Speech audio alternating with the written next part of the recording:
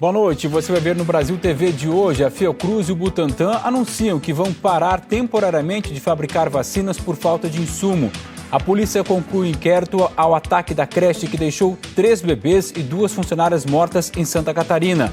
2 pessoas morreram no deslizamento de terra provocado pela chuva forte no litoral de Pernambuco. E ainda você vai conhecer o seu Antônio. Aos 102 anos, ele quer continuar dirigindo e faz questão de renovar a carteira de motorista. Hoje é sexta-feira, 14 de maio, e o Brasil TV está no ar.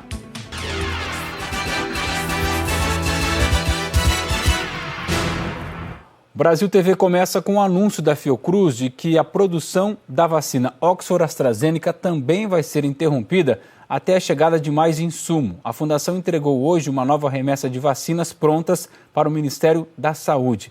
Quem tem os detalhes para a gente agora é o Ari Peixoto. Olá, Marcelo. A Fiocruz entregou hoje 4.100.000 doses da vacina AstraZeneca, mas a perspectiva no curto prazo é duvidosa. A quantidade de ingredientes farmacêuticos ativos disponível é capaz de sustentar a produção de novas doses até meados da semana que vem. Uma nova remessa de IFA só tem previsão de chegada para o outro sábado.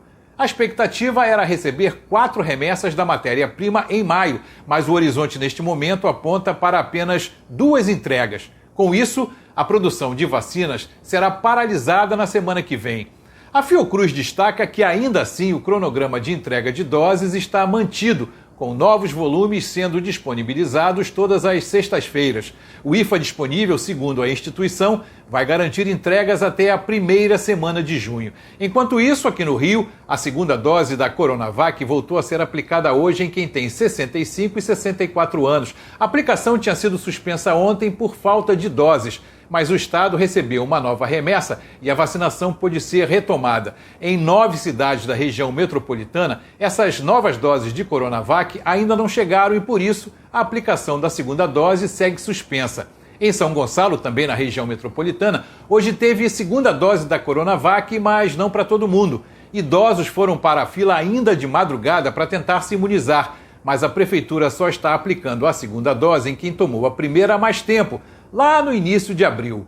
A gente lembra que a vacinação com a primeira dose da vacina Oxford-AstraZeneca segue normalmente. Hoje, aqui no Rio, estão sendo imunizados homens de 46 anos que fazem parte dos grupos prioritários. Amanhã é a vez das mulheres de 45 anos, também desses grupos prioritários. Marcelo, eu volto com você. E pela primeira vez, a produção da Coronavac, o Instituto Butantan, parou por causa da falta, do atraso da matéria-prima que vem da China. Hoje o Butantan entregou as últimas doses produzidas na fábrica e disse que as próximas remessas estão comprometidas. A última entrega para o Plano Nacional de Imunizações foi de 1.100.000 doses. O lote de Coronavac liberado hoje faz parte do segundo contrato com o Ministério da Saúde, que prevê mais 54 milhões de doses até setembro e que já está atrasado. Pelo cronograma de fornecimento, até o dia 30 de abril, o Butantan deveria ter entregue pouco mais de 6 milhões de doses ao PNI. Até agora entregou 1.212.000 e, no fim de maio, já vence a segunda parcela, de mais 6 milhões de doses. No Piauí, quase 140 cidades estão com atraso na segunda dose da Coronavac há mais de 15 dias. O estado recebeu, nas últimas 24 horas, mais de 40.000 doses deste imunizante. Quem tem os detalhes para a gente agora é o Renan Nunes. Marcelo, amanhã começa a distribuição de um novo lote da Coronavac para 137 municípios do Piauí que estão sem a dose de reforço do imunizante há pelo menos 2 semanas. Nas últimas 48 horas, Piauí recebeu mais de 40.000 doses da Coronavac. Parte desse lote vai socorrer os municípios com a dose de reforço. E o restante vai ser destinado a mulheres grávidas com comorbidades e que não podem tomar a vacina da AstraZeneca. A previsão é que na próxima segunda-feira os municípios comecem a utilizar essas doses. Neste sábado, na capital Teresina, será a vez de pessoas com 50 a 59 anos de idade tomarem a primeira dose do imunizante. É a vacina da AstraZeneca. Em Teresina, não houve falta de Coronavac para a aplicação de segunda dose, mas a primeira estava suspensa desde o dia 2 de abril. Renan Nunes, de Teresina, para o Brasil TV. Em Natal, a Prefeitura aproveitou a chegada do novo lote da Coronavac para fazer um mutirão. As informações com a repórter Ana Aline Cunha. Olá, Marcelo. O Rio Grande do Norte recebeu nos últimos 2 dias cerca de 50 mil doses da Coronavac. E para aplicação exclusiva da segunda dose. Aqui em Natal foi montado um mutirão com 5 pontos de drive-thru e mais 35 salas de vacinação em todos os distritos sanitários da capital.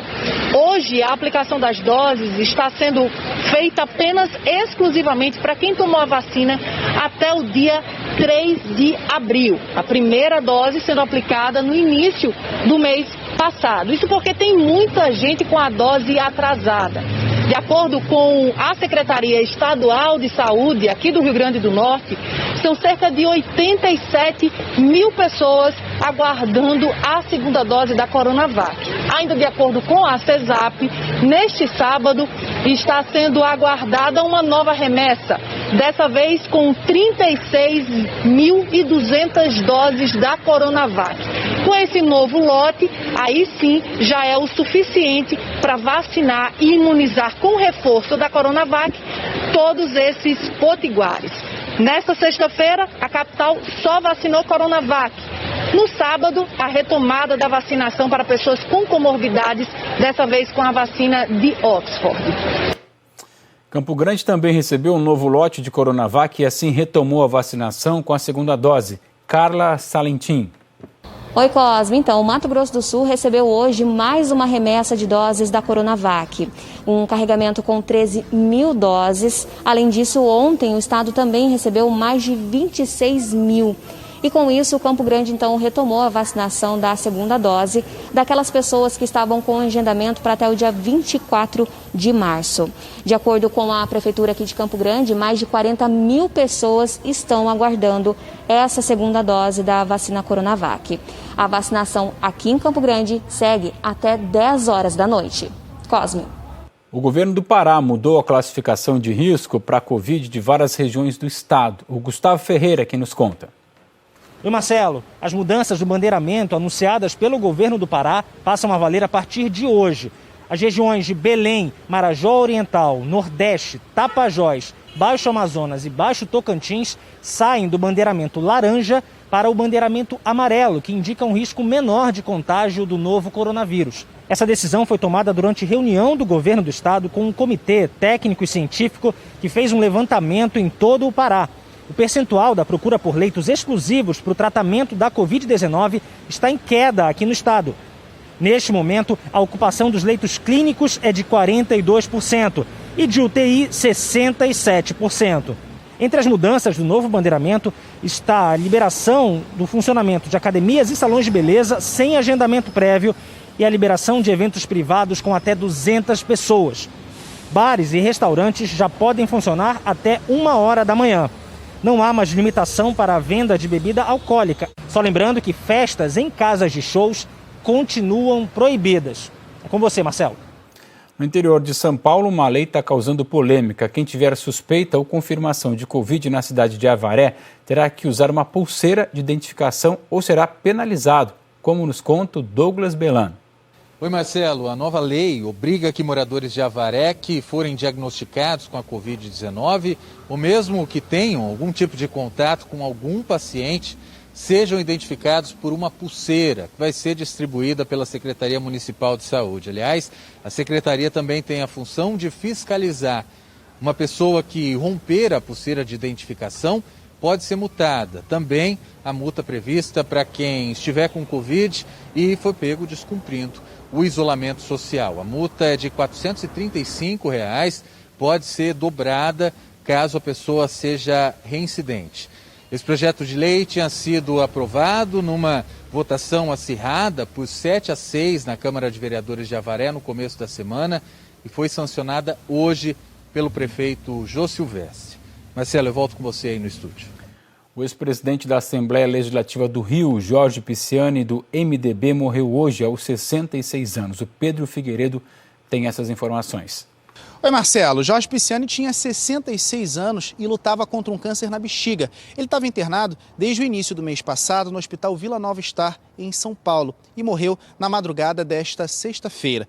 Durante muitos anos, Pisciani foi considerado o homem mais poderoso da política fluminense. Ele presidiu a Assembleia Legislativa do Rio 6 vezes ao longo dos seus 6 mandatos como deputado estadual. E também foi o presidente do Diretório Estadual do PMDB, na época, aqui no estado do Rio de Janeiro. Jorge Pisciani foi preso em 2017 durante a Operação Cadeia Velha, que investigava o pagamento de propina de empresas de transporte a deputados em troca do favorecimento para votações na Assembleia Legislativa. Ele cumpria a prisão de maneira domiciliar porque já lutava contra o câncer na bexiga. Em 2019, ele foi condenado a 21 anos de prisão por corrupção passiva. Pisciani deixa 5 filhos, entre eles o ex-deputado federal e ex-ministro Leonardo Pisciani. Marcelo. A Polícia Federal cumpriu mandados de busca e apreensão no gabinete de um deputado estadual do Amapá, acusado de prática de rachadinha, aquela em que o funcionário é obrigado a repassar parte do salário para o deputado. Quem traz os detalhes para a gente é o repórter Edson Castro, em Macapá. Olá, Marcelo. A operação foi concentrada no gabinete do deputado estadual Alberto Negrão, do Progressistas. Segundo as investigações da PF, ele nomeava funcionários fantasmas na Assembleia e também em órgãos públicos do governo do estado e ficava com 70% dos salários dessas pessoas. E ainda parte desse valor também teria sido utilizado para a compra de votos de um candidato ao cargo de vereador nas eleições do ano passado. Os policiais cumpriram 12 mandados de busca e apreensão expedidos pelo Tribunal Regional Eleitoral do Amapá, nas casas dos investigados e em uma empresa responsável pela contabilidade do grupo. A investigação começou 2 dias antes da eleição, depois que um cabo eleitoral ligado ao deputado foi flagrado com cestas básicas e dinheiro. Os investigadores apuraram também que, como o deputado Alberto Negrão é médico, o grupo liderado por ele marcava cirurgias, exames e consultas para os eleitores em troca de votos. Também foram descobertos indícios de irregularidades no aluguel de veículo para o deputado, com o uso da cota parlamentar. A empresa locadora tinha apenas um veículo registrado. A decisão judicial determinou o afastamento do deputado do mandato, mas a Assembleia Legislativa disse que ainda não foi notificada. Nós entramos em contato com a assessoria de comunicação do deputado Alberto Negrão, mas não tivemos retorno. Marcelo, eu volto com você. O Ministério Público do Estado do Mato Grosso também fez uma operação para apurar crimes de corrupção, lavagem de dinheiro e fraude à licitação no setor de transporte público. Quem acompanhou foi o Thiago Terciotti. Oi, Marcelo. Essa é a terceira fase da Operação Rota Final, que apura crimes de corrupção, lavagem de dinheiro e também fraude na licitação do transporte intermunicipal de passageiros. Foram cumpridos mandados de busca e apreensão na casa do deputado estadual Dimar Dal Bosco, do suplente de deputado Pedro Satélite e na residência de uma assessora parlamentar. Além disso, também houve uma ordem judicial de bloqueio de bens dos investigados, no montante estimado em 86 milhões de reais, o que inclui imóveis, 2 aviões, vários carros de luxo e também contas bancárias. A investigação foi iniciada pela Polícia Civil e encaminhada com autorização do Tribunal de Justiça do Estado de Mato Grosso para o Grupo de Atuação Especial contra o Crime Organizado, o GAECO. Nessa operação também foi expedida uma ordem de prisão preventiva contra o empresário que seria o líder do esquema, um empresário ligado ao setor de transportes, e o presidente do sindicato que representa o setor do transporte intermunicipal de passageiros. Ele deve ser monitorado por tornozeleira eletrônica e não pode sair do estado de Mato Grosso. A Operação Rota Final investiga mais de 20 pessoas em Mato Grosso. Marcelo. A polícia concluiu hoje o inquérito do ataque em uma creche em Santa Catarina no dia 4 de maio. A gente lembra que 3 bebês e 2 funcionárias foram assassinadas. O Jean Halp tem as informações. Oi, Marcelo. O delegado responsável pelas investigações disse que a motivação do crime brutal foi ódio. Ainda segundo o delegado, a raiva do assassino era generalizada, contra qualquer um. Em depoimento, ele disse que escolheu a creche pela fragilidade das pessoas, que não teriam como se defender. O delegado também afirmou que o assassino escolheu o local poucos dias antes do crime, assim que a adaga, uma espécie de facão comprada pela internet, chegou na casa dele. Mas que a ação estava sendo planejada desde o ano passado. A polícia afirmou que o assassino tentou comprar uma arma de fogo, mas não conseguiu. e que por isso ele desistiu de atacar a escola onde estudou, onde há crianças mais velhas. Mais de 20 testemunhas foram ouvidas e todas descreveram o criminoso como uma pessoa quieta. O ataque à creche deixou 5 mortos, uma professora, uma agente educacional e 3 crianças com menos de 2 anos de idade. O criminoso está preso preventivamente no presídio regional de Chapecó e deve ficar lá até o fim do julgamento. A Prefeitura de Saudades resolveu fazer uma pequena reforma na creche, transformando a sala onde houve o crime numa área de lazer. Mas...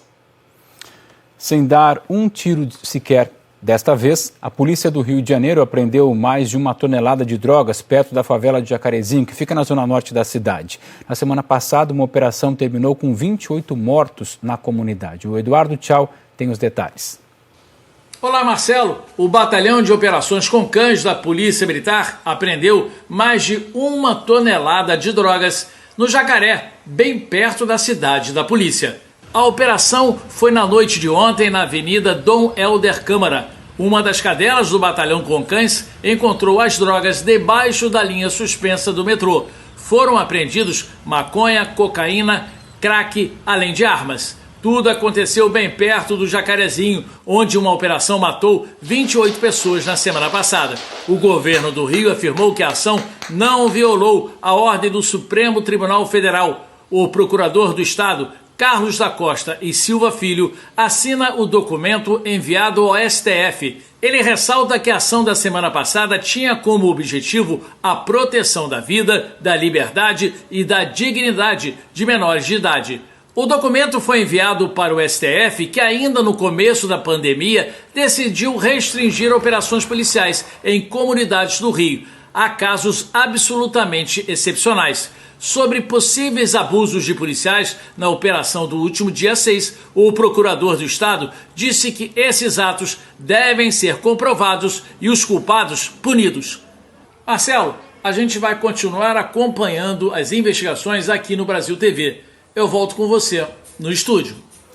A Polícia Militar está investigando imagens em que policiais aparecem agredindo um homem durante uma abordagem em Poços de Caldas, que fica no sul de Minas Gerais. O João Daniel Alves conta pra gente. Olá, Marcelo. A Polícia Militar aqui de Poços de Caldas informou que recebeu uma denúncia de que 2 homens em uma moto estariam praticando direção perigosa em um bairro da cidade. Ainda de acordo com a PM, quando os militares chegaram nesse bairro, os 2 homens teriam tentado fugir. E quando foram abordados, o motociclista teria resistido à prisão com socos. As imagens que circulam na internet mostram o momento em que o motociclista de 36 anos já está detido e algemado.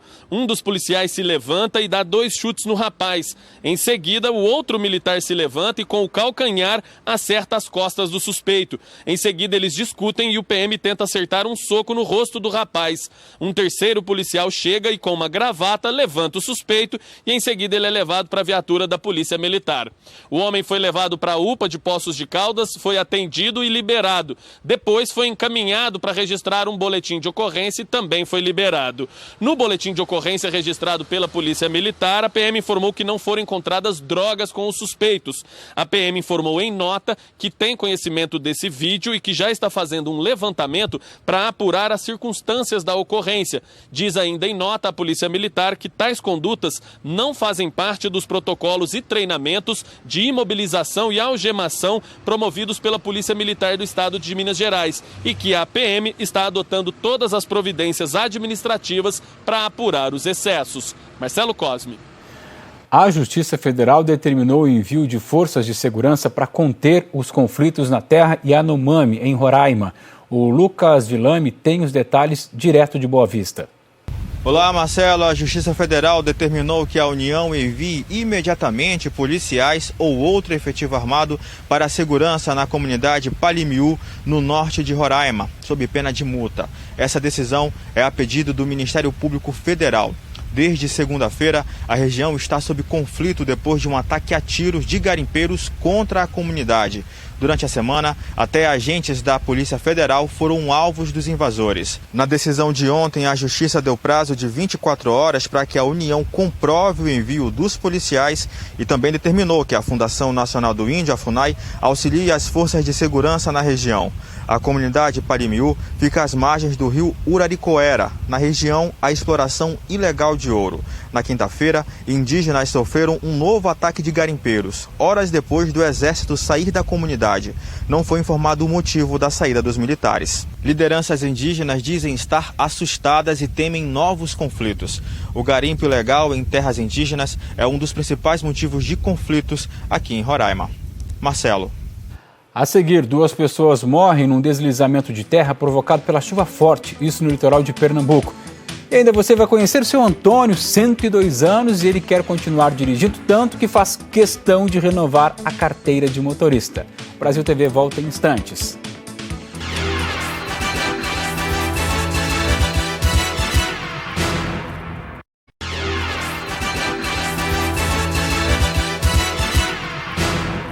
O Brasil TV está de volta com um deslizamento de terra provocado pela chuva forte que matou 2 pessoas no litoral de Pernambuco. Pai e mãe e 2 filhos estavam em casa quando a barreira deslizou. A Camila Torres acompanhou o trabalho dos bombeiros. Olá, Marcelo. Desde quarta-feira à noite, a região metropolitana está em alerta. Na cidade de Jaboatão dos Guararapes, que é vizinha do Recife, choveu 200 milímetros. Essa quantidade era esperada para todo o mês de maio. E esse é o maior volume de chuva já registrado em um único dia nos últimos 20 anos. Aqui na cidade, 4 pessoas de uma mesma família foram soterradas. Pai, mãe e os 2 filhos, uma criança e um adolescente. Foi por causa de um deslizamento de terra. Bombeiros estão no local fazendo buscas dos desaparecidos e contam com a ajuda também de cães farejadores. Houve outros deslizamentos na cidade também, assim como nos municípios de Olinda, Camaragibe e Paulista. 2 pessoas ficaram levemente feridas e várias casas foram danificadas. No Recife, ruas ficaram alagadas nesta sexta-feira.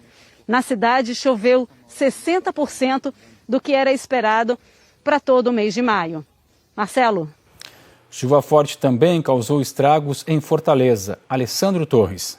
Oi, Marcelo. Está chovendo desde ontem à noite, praticamente sem parar em Fortaleza. Vários pontos da cidade tiveram alagamentos e isso dificultou o dia de muitos pedestres e de moradores que tiveram as casas invadidas pela água. A chuva em Fortaleza já está 31% acima da média para o mês de maio e ainda nem chegamos na metade do mês, hein? É a mesma situação de 65 dos 184 municípios cearenses. A previsão é de mais chuva em todo o estado, pelo menos até amanhã, no meio do dia. Marcelo. No extremo oeste de São Paulo, o problema é a seca. Testes estão sendo feitos para reduzir a vazão na usina hidrelétrica Engenheiro Sérgio Mota, que fica em Porto Primavera, no município de Rosana. O objetivo é tentar encontrar uma forma de manter a geração de energia mesmo na época de seca. Nesse período, as comportas ficam completamente fechadas e com as turbinas, a vazão da água é reduzida. Os testes foram pedidos pelo Operador Nacional do Sistema Elétrico por conta da falta de chuva. A região passa pela maior seca dos últimos 91 anos. Esses testes são feitos para que a operação da usina não seja comprometida nos próximos meses em que a falta de chuvas já é esperada. E ainda no estado de São Paulo, você vai conhecer agora o seu Antônio, que mora lá na cidade de Avaré. Ele tem 102 anos e quer continuar dirigindo, tanto que fez questão de renovar a carteira de motorista. A Aline Galdino conta pra gente. Olá, Marcelo. O seu Antônio Genis Parisi foi dirigindo até o local de renovação da CNH. O documento até pode ser renovado pela internet, mas aí no caso dele teve que ser presencialmente mesmo. É que o sistema foi configurado para bloquear renovações de quem tem mais de 100 anos, o que é difícil de acontecer, né? E aí por isso o seu Antônio precisou ir presencialmente renovar a carteira de habilitação. Para você ter uma ideia, a primeira CNH dele foi tirada quando ele tinha 47 anos de idade, nas categorias A e B, ou seja, seu Antônio também sabe pilotar moto. Além disso, ele tem que fazer todo ano um exame médico, já que a validade é menor por conta da idade dele. O que também não é um problema para seu Antônio não, viu? Já que ele não deixa ninguém dirigir o carro, que é o xodó dele. Aline Galdino, para o Brasil TV. Você percebeu a estica do seu Antônio, que foi renovar a carteira de habilitação? Elegantérrimo, não é verdade? Muita saúde para o seu Antônio, continue dirigindo pelas ruas de Avaré. O Brasil TV fica por aqui, te lembrando que o Jornal Nacional começa às 8h30 da noite, hora de Brasília. Para você, uma boa noite, bom fim de semana, vou tirar 2 semanas de férias e a gente se vê lá no final do mês. Tchau!